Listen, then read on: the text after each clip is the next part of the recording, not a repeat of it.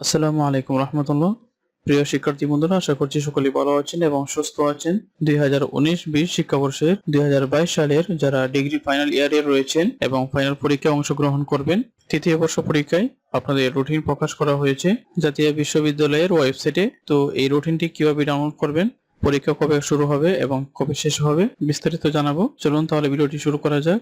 তো আপনারা দেখতে পাচ্ছেন, সংশ্লিষ্ট সকলকে জানানো যাচ্ছে যে 2022 সালের ডিগ্রি পাস ও সার্টিফিকেট কোর্স তৃতীয় বর্ষ পরীক্ষা আগামী 15 ডিসেম্বর 2024 তারিখে হতে নিম্নোক্ত সময়সূচি অনুযায়ী অনুষ্ঠিত হবে। আপনাদের পরীক্ষা শুরু হবে আগামী 15 ডিসেম্বর। আপনাদের পরীক্ষা কোড হচ্ছে 1103।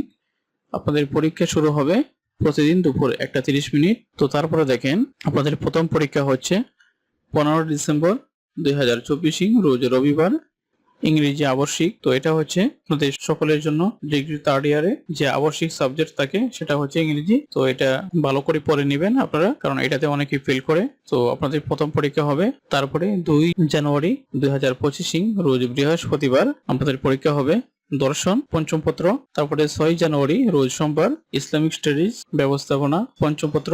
8 জানুয়ারি 2025 রোজ বুধবার ভূগোল ও পরিবেশ হিসাব বিজ্ঞান পঞ্চম পত্র। তারপরে 9 জানুয়ারি রোজ বৃহস্পতিবার অর্থনীতি পঞ্চম পত্র। তারপরে 12 জানুয়ারি 2025 রোজ রবিবার রাষ্ট্রবিজ্ঞান পঞ্চম পত্র।